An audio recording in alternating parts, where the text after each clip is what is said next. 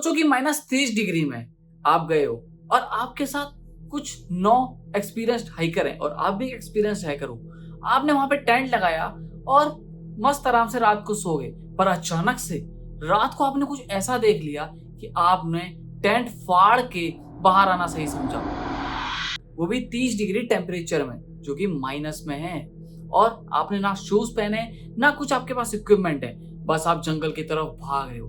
तो यार, ऐसा उन 9 लोगों ने क्या देख लिया था उस टेंट के अंदर? ये कहानी कोई फिक्शन नहीं है, ये कहानी रियल है, जो कि 1959 में सोवियत यूनियन में हुआ था। और आज शैडो दास्तान में हम ये जानेंगे कि ऐसा आखिर वहां पे क्या हुआ था। तो ये कहानी शुरू होती है 1959 में, जब 10 यंग ट्रैकर्स और हाइकर्स यहाँ पे एक प्लान करते हैं कि सोवियत यूनियन के माउंटेन में हम यहाँ पे हाइक करेंगे।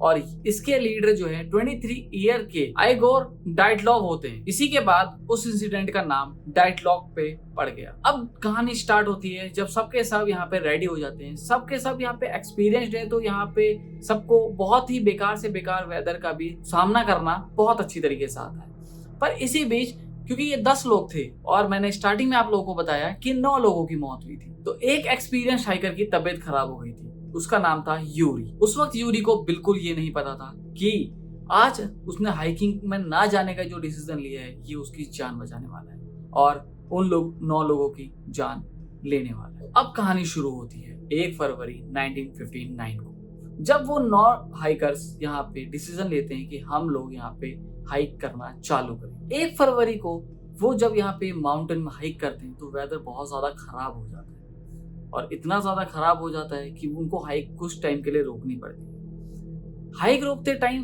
उनको डिसीजन ये लेना था, या तो वो नीचे जंगल एरिया की तरफ चले जाएं जहाँ पे उनको तेज हवा और जो ठंड है उससे थोड़ा सा छुटकारा मिल जाएगा क्योंकि वहां पे पेड़ पौधे ज्यादा थे, या फिर वो उसी स्लोप में जहाँ पे बहुत ही ज्यादा हवा चल रही थी और कोल्ड भी था क्योंकि वो पूरा का पूरा ओपन एरिया था, वहीं पर टेंट लगाए। तो लीडर ने यहाँ पे डिसाइड करा कि हम टेंट स्लोप में ही लगाएंगे। तो सबने मदद करी, टेंट लगाया, खाना खाया, अपनी डायरी लिखी, कुछ फोटोज खींची और सोने के लिए चले गए। पर उनको क्या पता था कि ये उनकी आखिरी रात होने वाली है। एक्सपेडिशन कंप्लीट होने के बाद एक कंफर्मेशन कॉल हर एक हाइकर्स को करनी होती है। तो यहाँ पे इस टीम की कोई भी कॉल नहीं हुई।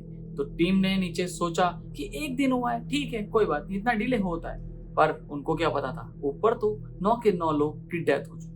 तो जब दिन बढ़ने लगे, 1 से 2 हुआ, 2 से 3 हुआ, 3 से हफ्ते हुए, तो यहाँ पे सर्च टीम चालू हुई। पहले वॉलंटियर्स, उसके बाद स्टूडेंट, फिर इसमें मिलिट्री भी शामिल हुई।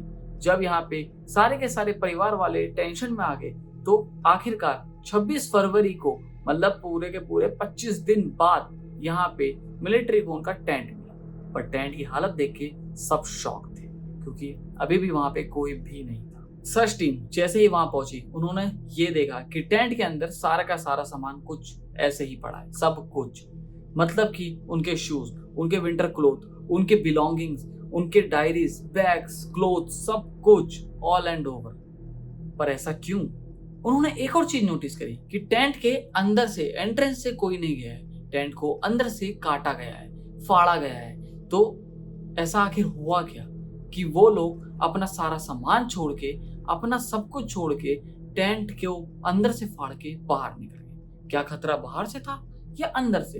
अभी तक किसी को कुछ नहीं पता। सर्च टीम को फाइनली वहां पे कुछ फुटप्रिंट्स मिले जो कि जंगल की तरफ जा रहे थे। उन्होंने फुटप्रिंट्स का पीछा किया। सर्च टीम को फाइनली 1.5 किलोमीटर दूर जाके 2 डेड बॉडीज मिली, वो भी एक मशाल के साथ। सर्च टीम भी बहुत कंफ्यूज थी कि ये लोग मशाल से यहाँ पे सरवाइव करने की कोशिश कर रहे थे। और उनको एक और चीज पता चली, पेड़ के ऊपर चढ़ने की कोशिश कर रहा था। क्या वो टेंट की तरफ देखने की कोशिश कर रहे थे या ये देखने की कोशिश कर रहे थे कि जो चीज टेंट के अंदर थी, क्या वो अभी भी वही है या वो चली गई? टेंट से कुछ ही दूर की रेंज में यहाँ पे सर्च टीम सर्च करती रही, उसी पेड़ के आसपास, उसी टेंट के आसपास। फाइनली उनको धीरे धीरे 5 बॉडी मिल भी गई। कुछ बॉडी बर्फ के नीचे दबी हुई थी तो कुछ बॉडी ऐसे ही ऊपर में पड़ी हुई थी। पर सोचने वाली बात ये थी कि वो तो 9 लोग थे, 5 बॉडी मिली है, 4 अभी भी नहीं थी।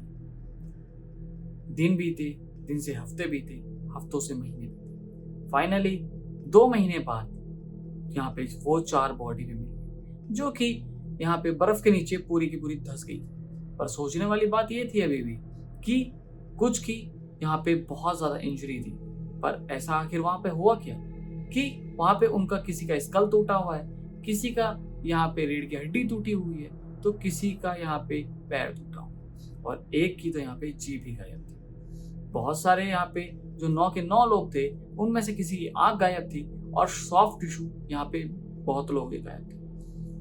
अब यहाँ पे साइंटिस्ट ये कह रहे थे और डॉक्टर्स ये कह रहे थे कि हो सकता है कि इन्वायरमेंट की वजह से सॉफ्ट टिश्यू गल गए, पर फिर भी उस रात असल में वहां पे हुआ क्या था जिससे कि हाइकर्स ने यहाँ पे -30 डिग्री में अपनी जान जोखिम में डालना सही समझा। अभी भी ये मिस्ट्री ही थी। इस बीच एक इन्वेस्टिगेटर सोवित ने इन्वेस्टिगेशन चालू करी, पर इसमें कुछ नहीं, ज्यादा कुछ खास नहीं निकला, क्योंकि उन्होंने इन्वेस्टिगेशन चालू करी उस ट्री के अराउंड, उस टेंट के अराउंड, यहाँ पे बहुत सारे सबूत इकट्ठा करे, बट एट लास्ट उनको यहाँ पे कोई भी डेंजर ऐसा निशान नहीं मिला, कोई आउटसाइडर नहीं मिला, कोई एनिमल का फुटप्रिंट नहीं मिला।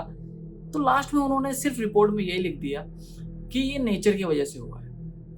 बट अभी भी सोचने वाली बात यह है कि अगर ये नेचर की वजह से हुआ था तो उन्होंने जो 9 के 9 एक्सपीरियंस्ड हाइकर है, उन्होंने अपने शूज, अपने बैग्स, अपने इक्विपमेंट्स जो उनको सर्दी से बचा सकते थे, और सबसे मेन बात कि वो डार्कनेस जंगल की तरफ क्यों भागे जहां जानवर भी हो सकते थे, और उन्होंने सबसे बड़ी बात टेंट को अंदर से काटा था।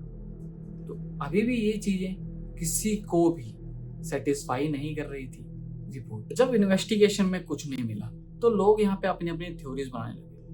लोग, डॉक्टर, मिलिट्री, सबके सब यहाँ पे अपनी अपनी थ्योरीज बनाने लगे। एक थ्योरी ये निकल के आई कि हो सकता है कि बर्फ की बहुत मोटी परत यहाँ पे ऊपर से खिसक गई है, और हाइकर्स को ये पता चल चुका था कि उनका टेंट उस परत के नीचे आने वाला है। तो हड़बड़ी में उन लोगों ने टेंट अंदर से ही काट दिया बजाय एंट्रेंस से निकलने की। और कुछ देर के बाद उन्होंने यहाँ पे फॉरेस्ट में गए, उन्होंने यहाँ पे जो है मशाल जलाई और टेंट की तरफ बाद में आने की कोशिश भी करी, जिसमें कि उनकी मौत हो गई।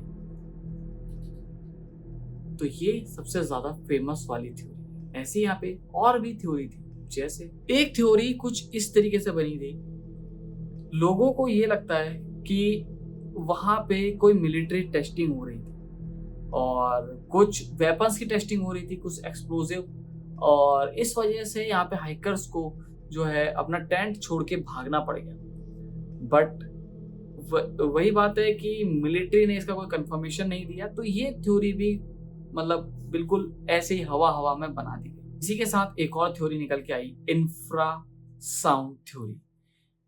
इसमें डॉक्टर्स ने ये बोला कि हो सकता है कि माउंटेन्स के इतने ज्यादा हाइट पे जो विंड चलती हैं उसने कुछ ऐसी फ्रीक्वेंसी पे विंड चली होगी कि हाइकर्स जो है वो पैनिक हो गए और वो फटाफट से अपना टेंट फाड़ के भाग गए।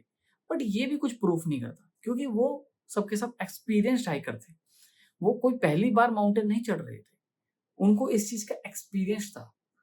तो ये थ्योरी भी पूरी की तरह फेल्ड हो गई। इस तरीके से थ्योरी पे थ्योरीज बनती चली गई। किसी ने तो इसे सुपर नेचुरल का नाम भी दे दिया कि वहां पे हो सकता है कुछ ऐसा हो गया हो जो कि उनको नहीं देखना था। बट फिर दोबारा से यही चीजें घूम फिर के आती हैं कि ऐसा कैसे, 9 हाइकर्स जो कि एक्सपीरियंस्ड, और वो इतने ज्यादा पैनिक हो गए कि उन्होंने अपना ही टेंट अंदर से फाड़ दिया। आज तक ये गुत्थी कभी सुलझ ही नहीं पाई। सोचने वाली बात यह है कि ये हाइकिंग चालू होने वाली थी उन 10 लोगों से। स्टार्टिंग में उस एक पर्सन को कितना ज्यादा बुरा लग रहा होगा, यूरी को, कि मैं अपने दोस्तों के साथ हाइकिंग पे नहीं जा पा रहा हूँ। बट बाद में उसको जब ये सब कुछ पता चला होगा तो उसको बुरा तो लगा ही होगा, बट अपनी जान बचने की खुशी भी हुई होगी। और आज तक ये इंसिडेंट कभी भी सॉल्व नहीं हो पाया। साइंटिस्ट आए, डॉक्टर आए, कुछ यहाँ पे थ्योरीज आई, और इसी के साथ ये इंसिडेंट ऐसे ही ऐसा हॉन्टेड बना रह गया कि आखिर उन 9 हाइकर्स ने ऐसा वहां पे क्या देख लिया था कि उनको अपना टेंट अंदर से काट के भागना पड़ा, अपने सारे सामान छोड़ के भागना पड़ा।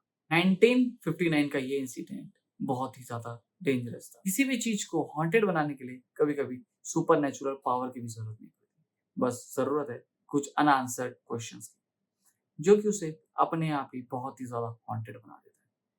तो ये थी गाइस आज की स्टोरी, जो कि है अभी भी अनसॉल्व।